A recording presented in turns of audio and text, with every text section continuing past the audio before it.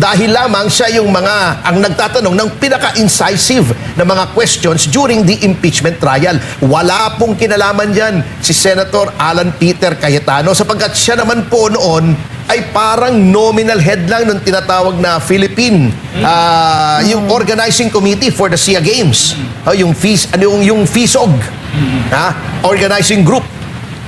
Yung BCDA po, signatory, makwento ko lang very briefly itong nangyari dito Yung isang Malaysian company at na tinatawag na MTD Capital Berhad ay nag-offer na sila daw ang gagawa ng facilities na gagamitin sa SEA Games for 8.5 million under a joint venture kung ano ang partisipasyon ng ating pamahalaan ay magbibigay ng isang 40 hectare na lupa sa Clark. Anong nangyari? Yung joint venture dapat po yun ay may kontribusyon ng bawat panig and then may profit sharing. Ano nangyari po? Yung MTD, hindi naman nagpasok ng sariling pera, inutang sa Development Bank of the Philippines. Ngayon, ginawa yung facilities. Alam niyo ang ginawa sa halip na i-operate as a joint venture, pinabayaran sa gobyerno natin ng 11 billion pesos yung facility na 8.5 billion lang ang halaga. Bago, tinransfer sa atin. That is a BTS scheme na dapat po ay nag-undergo ng public bidding pero nailusot po nila yon. At ngayon, attorney, dahil nga pinakukulong yung mga kritiko, yung paano sila magsisiwalat ng mga korupsyon sa ating pamahalaan kung ganito po ang trato o doon sa mga talagang gusto talagang tapusin itong korupsyon sa ating bansa. Well, walang maniniwala sa kanila, Ina. Anong tingin mo from the point of view ng kabataan? Yung mga kabataan pa naniniwala na honest to goodness na they want to stop corruption under this administration? Nako, yan ang mahirap. Napatan nating mangialam, dahil dito po talaga nakasalalay ang ating future. Ako, naniniwala pa rin ako na ang mga kabataang Pilipino ang pag-asa ng ating bayan. Kaya naman kailangan natin talagang tutukan kung ano talaga ang nangyayari sa gobyerno ngayon. Dahil, grabe, hindi lang po pondo ng bayan ang ninanakaw nila sa atin, kundi pati kinabukasan nating mga kabataan at ng mga anak po ninyong lahat. Kaya talagang at nang malaman natin kung ano talaga ang nangyayari sa ating bansa ngayon. At nakakalungkot, attorney, nakakalungkot, Sir Jade, na ganito po ang nangyayari ngayon. Yan yung estado, attorney. Tunay na estado ng ating bansa. Baha pa rin. Baha pa rin. At bukod sa baha, yung issue namang yan ay alam na natin. Yung mga pangako po, hindi tinutupad. Sa edukasyon na lamang, yung last budget, anong ginawa? Anlilindang. Ayon sa ating saligang batas, ang edukasyon ang dapat mayroong pinakamalaking budget in any General Appropriations Act. Ano pong ginawa nila ng mga nakaraang taon? 23, 24, 25? Ginawa po nilang ang DPWH ang pinakamalaki. At nagsinungaling pa, pinalusot pa nila. Alam niyo yung ginawa nila? Para mukhang mas malaki ang budget ng edukasyon, yun pong budget ng PNPA, yung Philippine National Police Academy. Ikinarga nila sa dapat yun sa DILG. Yung budget ng PNA, kinarga nila sa edukasyon din. Dapat yun sa yung DND o Department of National Defense para lamang linlangin ang mga Pilipino na malaki ang budget ng edukasyon. Pero kung susuriin po ninyo, at kaya nga po kami nagdemanda ni na dating Speaker Bebot Alvarez, na Jimmy Bondoc, ng CCW sa Ombudsman, ay dahil po sa paglabag ng constitutional provision na ito. Nagnakaw na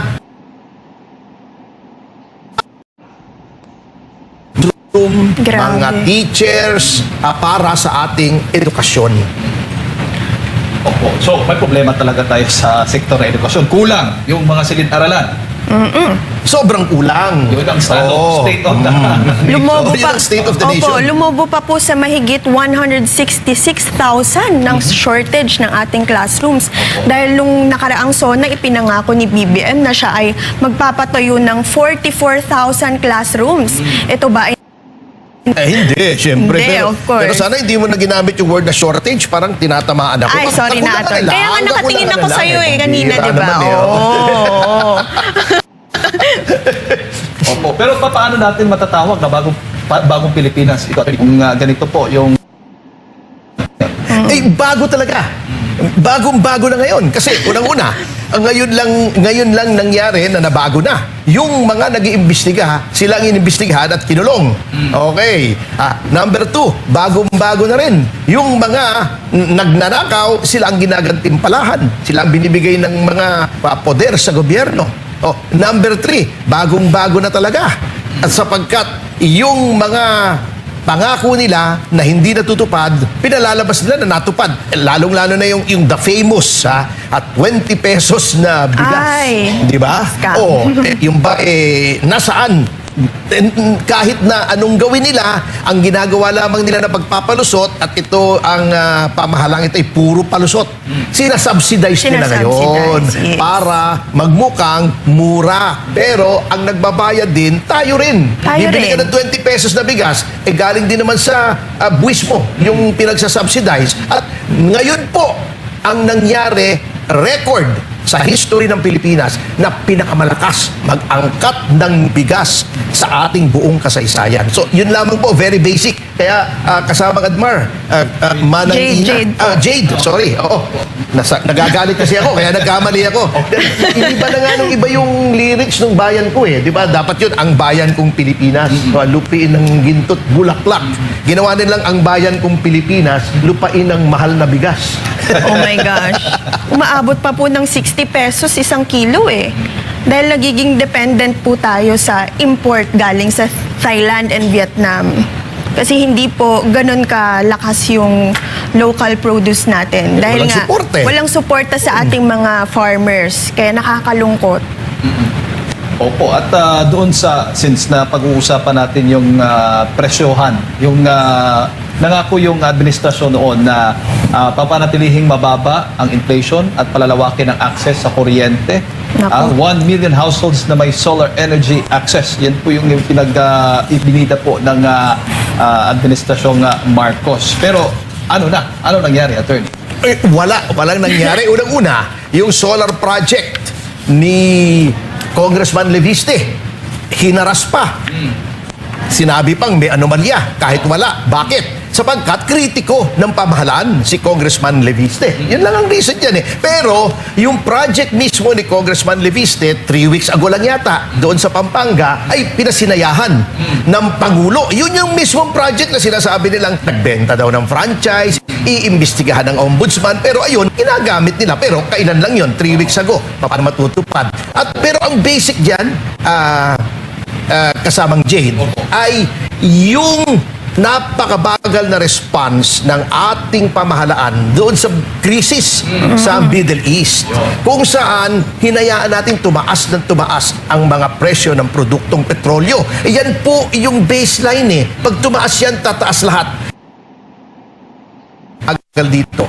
Sa Vietnam, noong nagkaroon ng krisis at nag-spike ang presyo ng mga petroleum products, agad-agad po gumawa sila executive order, nilagyan nila ng price cap. Okay. Number 2, ginawa nilang zero tariff ang pag-angkat ng produktong petrolyo. Number 3, nagpasok agad sila ng subsidy. Dito, kailan lamang naipasa yung batas na nagbibigay ng kapangyarihan sa Pangulo na mag-suspend ng mga taxes, excise taxes sa Fuel petroleum products.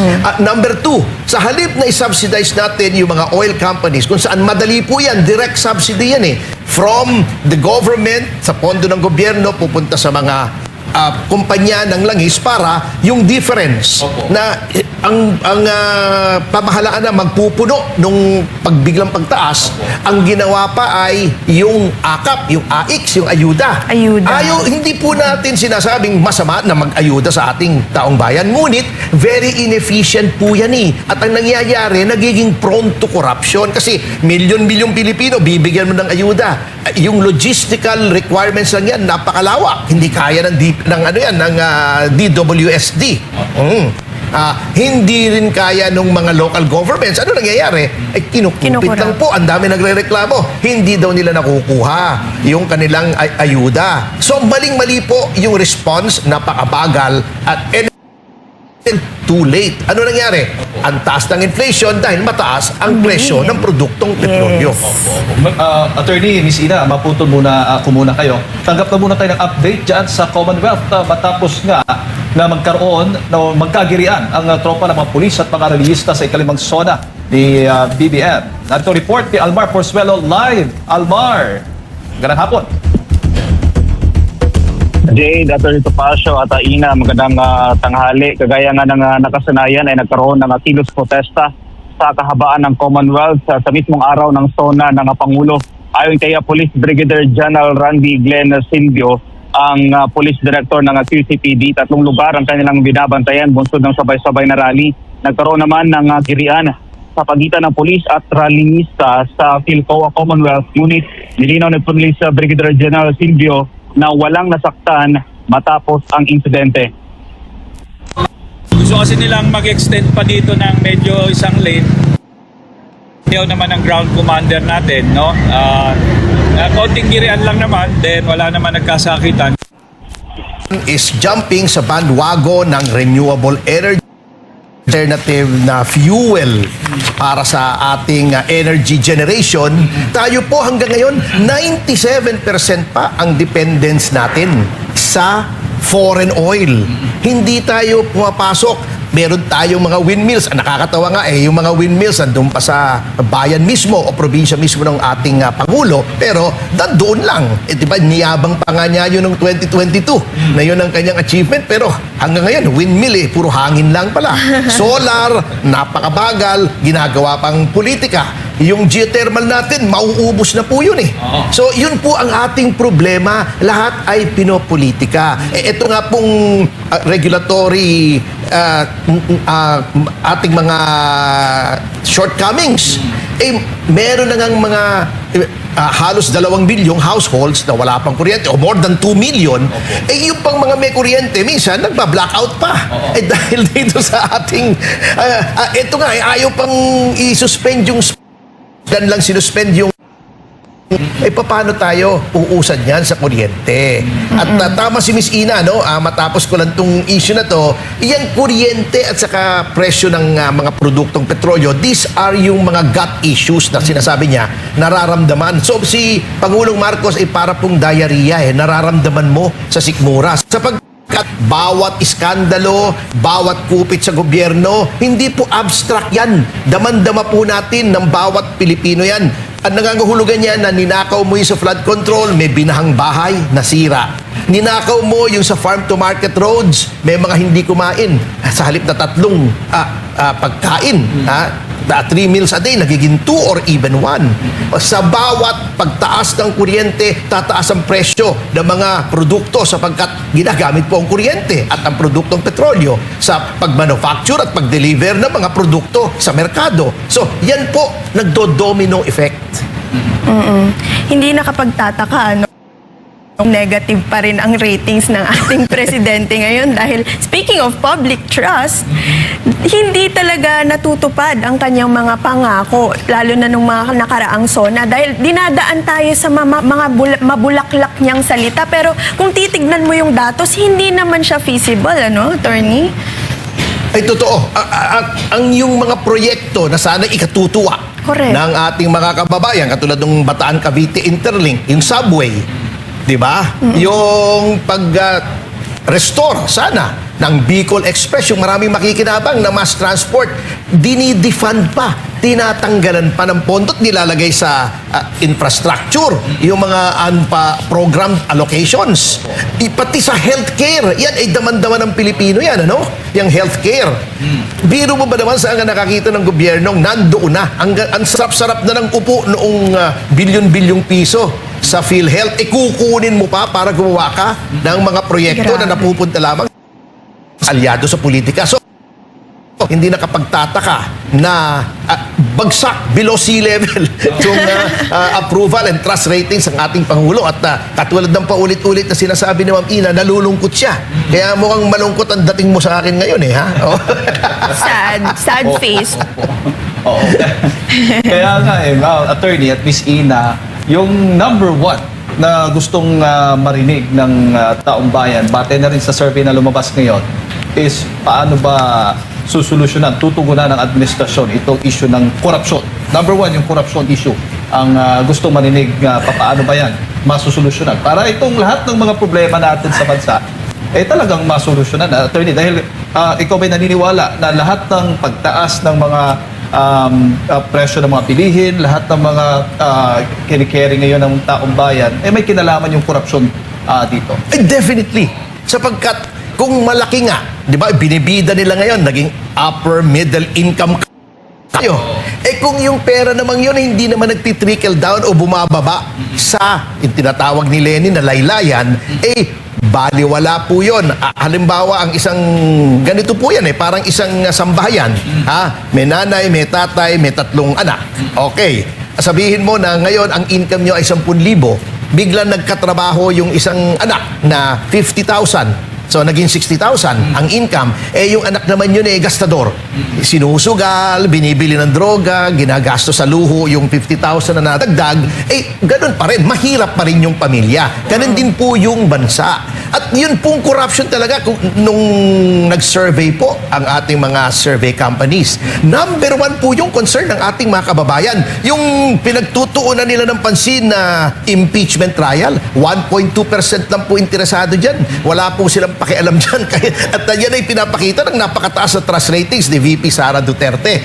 Alam nyo, natatawa ako nung tinatanong nyo ako, ano bang pinakamaganda para ma-address ni Pangulong Marcos yung corruption? Ang naiisip ko lang ay isa na very effective. Magbitaw siya sa tungkulin. Pero hindi naman niya gagawin yun.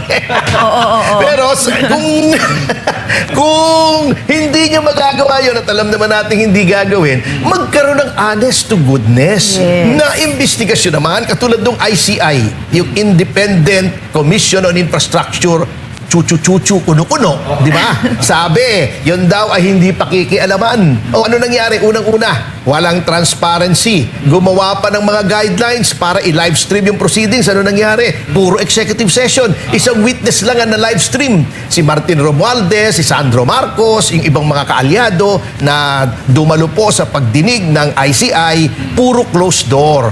Ngayon, yung ICI, sinasabi nila independent. Kanino nagsumiti ng report? Sa Malacanang. At sinabi na Malacanang, kami ang magdi-decide, ang presidente ang magdi-decide kung kailan i-release sa publiko. At hanggang ngayon, hindi nire-release sa publiko. Yung ano kang maniniwala, alam nyo, a leader cannot govern if he does not have the trust of the people. At walang ginagawa ang Pangulo na magbibigay ng pagtitiwala o magbabalik ng pagtitiwala sa kanya ng taong bayan na ibinigay sa kanya noong 2022 when he was elected with the highest number of votes. Kumbaga sa kwan, tama yung sinasabi ng iba nabudol po tayo. Oo nga. Grabe, no? Speaking of, since na-mention nyo na rin po si Mayor Leni Robredo, may tanong lang ako sa iyo, attorney, since napanood ko yung interview niya nung nakaraan, sabi niya siya daw ay satisfied at hindi daw alam ng nakararami na marami naman daw pong nagawa ang pamahalaan at ang administrasyon ni Pangulong Marcos. Ano pong masasabi niyo, attorney? Ako man, bigyan mo ng 500 million para sa proyekto sa aking syudad. Masasatisfied din ako. Sa bagay. Oo, tama nga naman. Talagang pupurihin mo rin ako Tayo naman naglolokohan pa naman na Manang Leni ha. Pero attorney, gaano sila katindi yung pag-alita nila before? Bakit ngayon biglang may ganyan? Bakit biglang may twist? Ako nga nagtataka Eto nga, ako'y natatawa kasi ako, alam niyo naman po, ako ay isang opisyal ng PDP, yung Partido Demokratiko Pilipino. Alam niyo, habang nag-i-speech si Chairman Cusi at saka si PDP President Baste Duterte, alam mo, natatawa ako, sabi ko, kita mo etong partidong ito ay itinatag kasama si Ninoy Aquino. Kami ang lumalaban hanggang ngayon kay Marcos. Yung mga dating kumakalaban kay Marcos, Yung liberal, yung mga kung sino-sino dyan, sila ngayon ang kakampihin ni Marcos. Oo Pati nga yung mga sinasabing makabayan, sa makabayan daw sila, black, nasigaw na sigaw, Marcos never again, Kiko Pangilinan, Bamakino, sila mga kaalyado. Talagang bagong Pilipinas anyari. Anyari. Opo. At sa pahayag naman po ng mga analyst, ito, hihingin po kayo ng reaction, attorney. Sabi mga ng ilang analyst dito, na tingin daw nila sa nangyayari daw sa Senado ngayon, it's a manifestations of the ways in which the country is polarized right now because of the breakup of the unit team. So, meron silang pinapakita ito ngayon ang tayaan ng mga tao sa bansa natin. Either you are with VP Sara or you are against VP Sara. Pero sa akin, sobrang simplification lang kasi ang hinahabol natin dito is really accountability. Kung hindi ito maipapakita ng Senado, mawiwiken ang ating democratic institution. So baga, ang sinasabi po dito, attorney, kasi ng isang political analyst, na baga hindi selective justice na makikita natin, kundi yung dating mga kaalyado ni PBBM before, ayun yung kanyang tinatarget. So baga, hindi mo masasabing selective kasi maski yung wala siyang kinikilala daw, wala siyang itinuturing na kaibigan ba siya o hindi, o kalyado ba siya o hindi, basta kung magiging yung hatol o yung kanyang pananagutan, ganun daw ginagawa ni BBM laban po sa mga dati po niyang mga kasama tulad po ng mga pro-Duterte supporters. Speaking of the Senate, alam niyo po, I am very saddened doon sa nangyayari sa ating Senado na ang nangyayari po, it is supposed to be the third great department of government sapagkat legislative, executive, judiciary. At yan, tatlong yan, under a tripartite system of government, meron niyang Newtonian physics with respect to politics that they are supposed to balance each other out. Meaning to say na walang isang departamento ang mananaig sa isa. So, walang magiging isang departamento na mag-aabuso o magpiprevail o magdodominate over the others. Ang nangyayari ay nako-co-op na po yung Senado. Ito yung nangyari lamang. Yung nagkaroon ng leadership struggle. Nagkaroon ng 13 na elect si Peter Cayetano bilang Senate President. Natakot sila because that came on the eve of the transmittal to the Senate noong articles of impeachment. So anong ginawa nila? Unang-una, they tried to prevent the majority from garnering 13 votes. Hinabol nila, hinaras nila si Senator De La Rosa. When that failed, nung ginawa nila, pinilit nila na ang 12 daw ay may quorum at nagpalit sila ng liderato. At eto, nakakatawa dyan, biglang sinabi ng Malacanang that they recognize the new leadership. Hindi ba independent ang Senado? Hindi ba ayaw ng Senado na sila ay pinapakialaman? Bakit sila humingi ng validation sa ehekutibo? At ngayon, lahat po ng nangyayari dyan sa Senado, pagkulong ni Marcoleta, pagkulong ni Estrada, ay dahil lamang sa isang bagay, impeachment trial. At bakit mahalaga to sa administrasyon? Sapagkat wala po silang pantap kay Vice President Sara Duterte. Yun lang yun. Huwag nyo na kami lokohin, Mr. Marcos, na ganito pa, o ganon, o ibang dahilan. Yan lang po yan eh. Lahat ng pinofloat yung pangalan, si Riz Ontiveros, si Raffy Tulfo, si Lenny Robredo, ay hindi po uubra. Kaya, you want to knock her off the race by convicting her. Yan lang naman eh. Yan ang punot dulo niyan at suma total. Okay guys, yun lang ang video natin for today. At don't forget to follow, like, share, subscribe to my YouTube channel. At marami pong salamat sa inyong lahat. God bless everyone. I love you all. Bye-bye.